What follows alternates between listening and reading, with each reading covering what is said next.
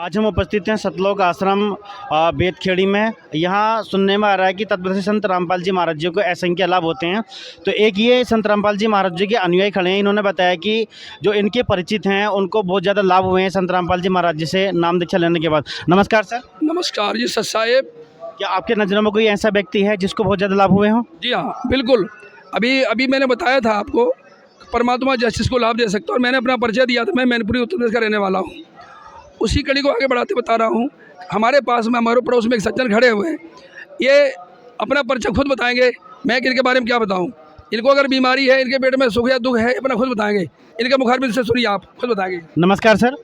नमस्कार। आपको क्या परेशानी थी?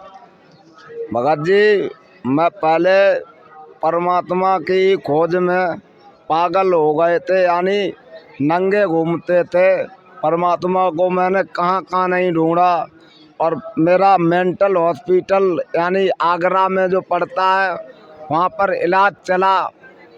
और मैं परमात्मा को, जैसे यह होता है ना कि ये भाई परमात्मा है जो अंधे को आँख और पागल को ज्ञान और अपाहिज को चलने की सामर्थ्य देते हैं। इनके अतिरिक्त कोई ऐसा चमत्कार नहीं कर सकता है जो इस दास पे इन्होंने दया बख्शी है। इससे पहले भगत जी, मेरा नाम सत्यवान दास है और गांव दतौली, पोस्ट मलावन, जिला एटा है।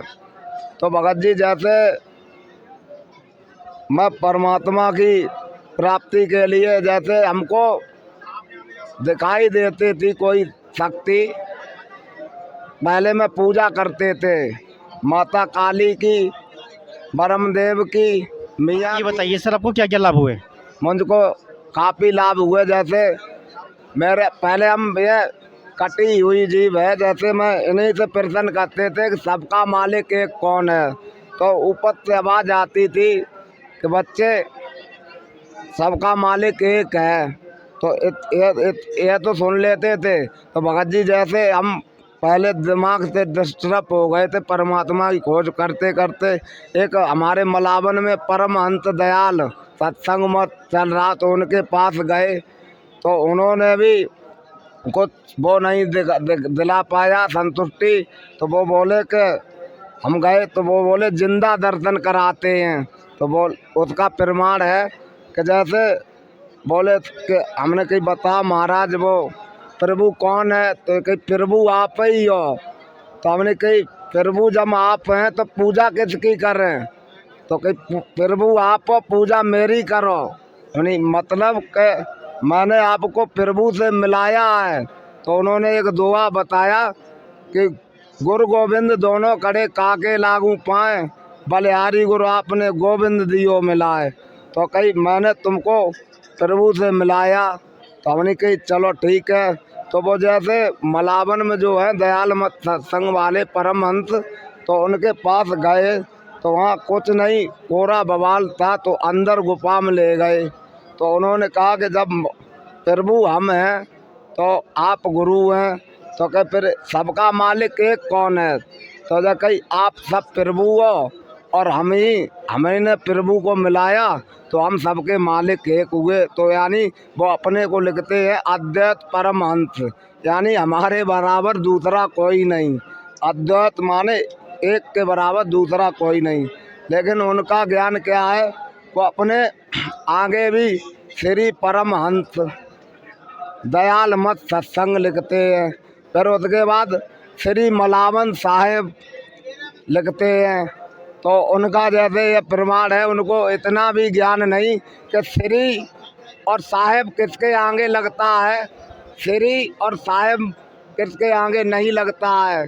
जैसे श्री उसके आगे लगता है जैसे कोई किसी को उपलब्धि प्राप्त होती है, और परमात्मा के आगे साहेब, तो यानी परमात्मा कबीर है, उनके पीछे साहेब लगा है, श्री नहीं लगा। श्री उसी के आगे लगता है जैसे किसी को उपलब्धि कोई प्राप्त होती। तो भगत जी, हम वहाँ गए तो और जी आप लाभ बता दीजिए, लाभ क्यों हुए आपको?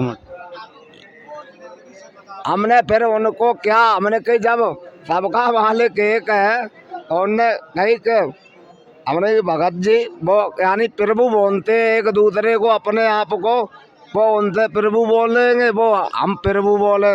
तो हमने प्रभु कहा, हमने अपने मालिक जो हैं वो फूल लगवाते हैं, अंगूठों में फूल लगाते हैं।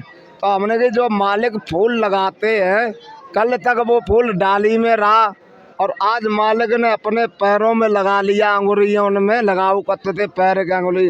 लड़कियां जैसे चरण धोती थी, वो पानी पिलाया, पीते भी थे और पिलाते भी थे। तो हमने कही कि भाई प्रभु की जब हमें ज़रूरत है तो हमको भी बताओ कि ये चरना अमृत है, आप भी पियो। तो हमने भी भाई चरना अमृत पी लिया।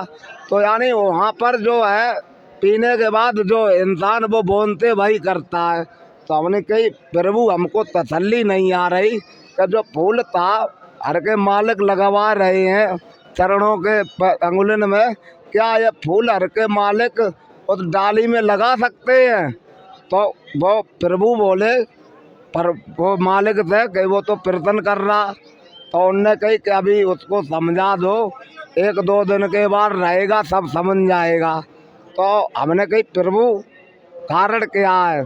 तो उसने कही देख ज़्यादा बात मत कर, और अगर ज़्यादा बात करेगा तुम्हारे बाने भगत जी थप्पड़ मार दिए 2। तो हमने कही फिर मालिक के पास गए, अपनी मालिक जब प्रभु प्रभु को मार रहा है तो हमने कही अब कैसा प्रभु है जो प्रभु प्रभु को मार रहा है? तो मालिक बोले कि तू अभी समझ नहीं रहा है, वो मेरा पहले का प्रिय भक्त है।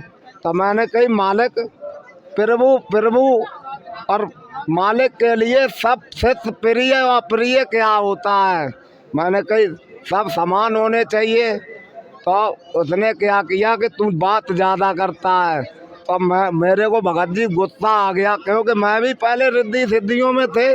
तो मैंने क्या किया, उस बाबा जो है परमहंस, तो मैंने जब थप्पड़ मारे उसने भी बोल दिया।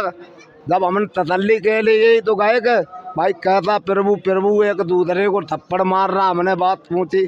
तो मुझे गुस्सा आई, तो हमने गोदी पकड़ के और उन्हें मालिक को दनादन चिपट गए, और बाकी बाद उनके सिर जो तो पीछे लग गए। अब मेरे यानी घर वाले इनको पता लगी, उतने ही फ़ोन कर दिया कि पुलिस के लिए। पुलिस आई तो मुझे पकड़ लिया। मेरे घर वालों ने कहा कि तूने क्या कर दिया, मेरा बच्चा यानी पागल कर दिया। तो उसने कही कि ये पागल हो गया है और ये मेंटल डिस्टर्ब हो गया। तो मेरे को